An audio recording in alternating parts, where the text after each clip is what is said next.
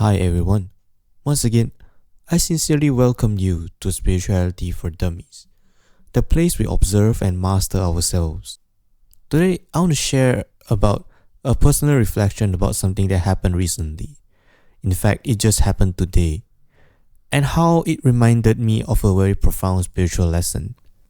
Recently, I was put into a situation where there was quite a bit of tension between people.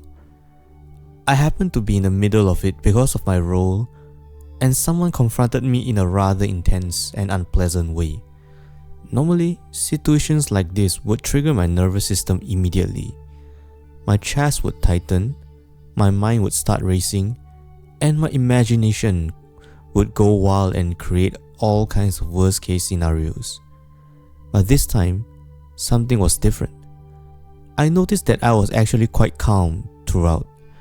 I was able to listen, explain my position, and stay grounded at the same time. The situation eventually de-escalated, and the other person understood where I was coming from. But at the same time, I'm not going to lie, part of me still wanted to run away from this whole situation. That was the feeling of, I don't want to be in this mess. And that tension reminded me of something very interesting in a spiritual tradition. It reminded me of Jesus in the Garden of Gethsemane. According to the story, Jesus knew what was coming. He knew the path ahead of him involved suffering and death. Yet in that moment he was deeply troubled. His human side did not want to go through it. There was sorrow and there was resistance. And I realized that in a small way, I was experiencing something similar. Not on the same scale of course, but the same human dynamic. Part of me understood that facing these challenges was necessary for my growth, but another part of me still wanted to avoid it completely. And that's when another part of the story came to mind. When Jesus was crucified, despite everything that was happening, he said, "Father, forgive them, for they don't know what they do." That line always fascinated me, because sometimes people may act in ways that are hurtful and hostile toward us. Sometimes they may even try to make things difficult for us intentionally. But very often, they are acting from their own frustration, fear, or misunderstanding. In a situation I experienced, the other person actually had reasons to feel upset about certain circumstances, but the anger was simply directed in a wrong way. And realizing that made it much easier for me to not hate the person. I was still troubled by the situation, of course, but I couldn't find hatred in my heart. I'm just incapable of hating someone since I was young. Hatred simply doesn't stick at all. And that's when I remembered something that mystic Christianity talks about. Many mystics describe difficult situations like these as trials from God, not punishments, but tests. Little situations like that appear in life to refine us, to strengthen us, and to show us where we truly stand internally.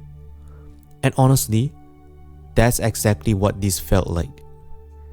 This situation appeared suddenly. It challenged me emotionally, but in the end, I realized that I was actually safe the entire time, and all of our dangers are imagined. And in that moment, I could observe a few things. I stayed calm and composed. I watched my thoughts instead of immediately believing them. I maintained compassion while still protecting myself. And I chose not to run away from the lesson. And through that, something interesting happened. I realized that the real work isn't outside of us. The real work is always inside all along. And I'm not saying this is easy for everyone to do, because it is always easier said than done, right? In a moment, situations like this can feel very uncomfortable. Your mind will create all kinds of stories. Your body may react with fear or tension. But the real lesson is to pay attention to your inner world. Notice your thoughts. Notice your emotions. and slowly learn how to sit with them instead of immediately reacting. Even practicing this a little bit every day can go a very long way. And suddenly, something surprising happens. You suddenly realize that situations which used to completely overwhelm you no longer have the same power over you.